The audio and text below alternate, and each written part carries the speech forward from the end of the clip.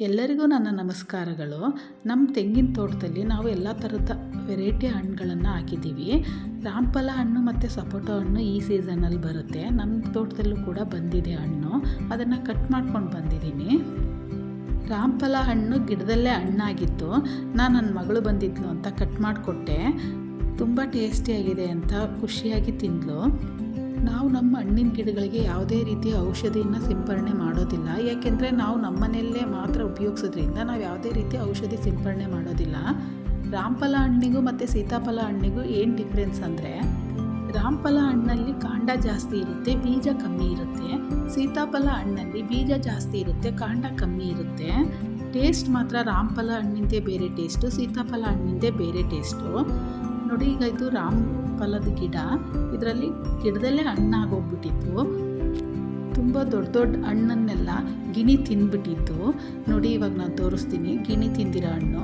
ನಾವು ಚಿಕ್ಕವರಿರಬೇಕಾದ್ರೆ ಈ ಗಿಣಿ ತಿಂದಿರೋ ಹಣ್ಣು ಅಂದರೆ ನಾವೆಲ್ಲ ತಿಂತಾ ಇದ್ವಿ. ಆದರೆ ನನ್ನ ಮಕ್ಕಳು ಇವಾಗ ಗಿಣಿ ತಿಂದಿರೋ ಹಣ್ಣನ್ನ ಉಪಯೋಗಿಸೋಂಗಿಲ್ಲ ಅಂತ ಹೇಳ್ತಾರೆ. ಹಾಗಾಗಿ ನಾವು ಯಾರೂ ಉಪಯೋಗಿಸೋದಿಲ್ಲ.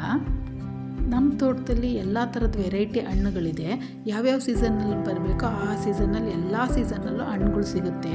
ಮಾವಿನ ಹಣ್ಣು, ನೇರಳೆ ಹಣ್ಣು, ಪರಂಗಿ ಹಣ್ಣು, ಬೆಲ್ಲದ ಹಣ್ಣು, ರಾಮಫಲ, ಸೀತಾಫಲ, ಕಲ್ಲಂಗಡಿ ಹಣ್ಣು, ಬಿಕ್ಕೆ ಹಣ್ಣು, ತೈವಾನ್ ವೈಟ್ ಬಿಕ್ಕೆ ಹಣ್ಣು ಇದೆ. ನಾಟಿ ಬಿಕ್ಕೆ ಗಿಡನೂ ಇದೆ, ಅಂದರೆ ಪೇರ್ಲಕಾಯಿ ಕೂಡ ಇದೆ. ನಮ್ಮ ಯಜಮಾನರು ಪ್ಯೂರ್ ವೆಜಿಟೇರಿಯನ್ನು, ಅವರು ಸಸ್ಯಾಹಾರಿ. ಹಾಗಾಗಿ ಅವರು ಹಣ್ಣುಗಳನ್ನು ತುಂಬ ಇಷ್ಟಪಟ್ಟು ತಿಂತಾರೆ. ಹಾಗಾಗಿ ಎಲ್ಲಿಗೆ ಹೋದರೂ ಹಣ್ಣು ಗಿಡಗಳು ಕಂಡುಬಿಟ್ರೆ ತೊಗೊಂಡು ಬಂದು ತೋಟದಲ್ಲಿ ನಾವು ನಾಟಿ ಮಾಡ್ತೀವಿ. ಬಾಳೆಹಣ್ಣು ಅಂತೂ ನಮ್ಮ ಮನೆ ದೇವರಿದ್ದಂಗೆ ಯಾವಾಗಲೂ ನಮ್ಮ ಮನೇಲಿ ಇದ್ದೇ ಇರುತ್ತೆ. ನನ್ನ ಮದುವೆಯಾಗಿ 25 ವರ್ಷ ಆಯಿತು. ನನ್ನ ತವ್ರ ಮನೆ ಶಿಕಾರಿಪುರ ತಾಲೂಕು, ಶಿವಮೊಗ್ಗ ಡಿಸ್ಟಿಕ್ಕು. ನಾನು ಮದುವೆ ಆಗಿರೋದು ಶಿರಾ ತಾಲೂಕು. ಶಿಕಾರಿಪುರ ತಾಲೂಕು ಮತ್ತು ಶಿರಾ ತಾಲೂಕಿಗೆ ತುಂಬ ವ್ಯತ್ಯಾಸ ಇದೆ. ನಮ್ಮ ಶಿಕಾರಿಪುರ ಫುಲ್ ಮಲೆನಾಡು ಏರಿಯಾ. ನಮ್ಮ ಅತ್ತೆ ಮಾವ ನನ್ನನ್ನು ಮದುವೆ ಮಾಡ್ಕೊಂಡು ಬರಬೇಕಾದ್ರೆ ನನ್ನ ಮಗ ಸೊಸೆ ನಾವು ಸಿಟಿಯಲ್ಲಿ ಮನೆ ಮಾಡಿಬಿಡ್ತೀವಿ ಅಂತ ಹೇಳಿ ಮದುವೆ ಮಾಡ್ಕೊಂಡು ಬಂದರು. ಆದರೆ ನಮ್ಮ ಮನೆಯವರಿಗೆ ಹಳ್ಳಿ ಅಂದರೆ ತುಂಬ ಇಷ್ಟ. ನನಗೂ ಏನು ಹಳ್ಳಿಯಲ್ಲಿ ಇರೋದಕ್ಕೇನು ತೊಂದರೆ ಆಗಲಿಲ್ಲ. ಆದರೆ ನನಗೊಬ್ಬ ಮಗ ಹುಟ್ಟಿದ. ಅವನು ಹುಟ್ಟಿದ ಮೇಲೆ ನನಗೆ ಇವನು ಎಜುಕೇಷನ್ ಬಗ್ಗೆ ಯೋಚನೆ ಬರೋಕ್ಕೆ ಸ್ಟಾರ್ಟ್ ಆಯಿತು. ಆಗ ನಾನು ನಮ್ಮ ಅಮ್ಮನ ಹತ್ರ ಇದ್ರ ಬಗ್ಗೆ ಡಿಸ್ಕಸ್ ಮಾಡಿದೆ. ಆಗ ಅವರು ಒಳ್ಳೆ ಸಜೆಷನ್ ಕೊಟ್ಟರು.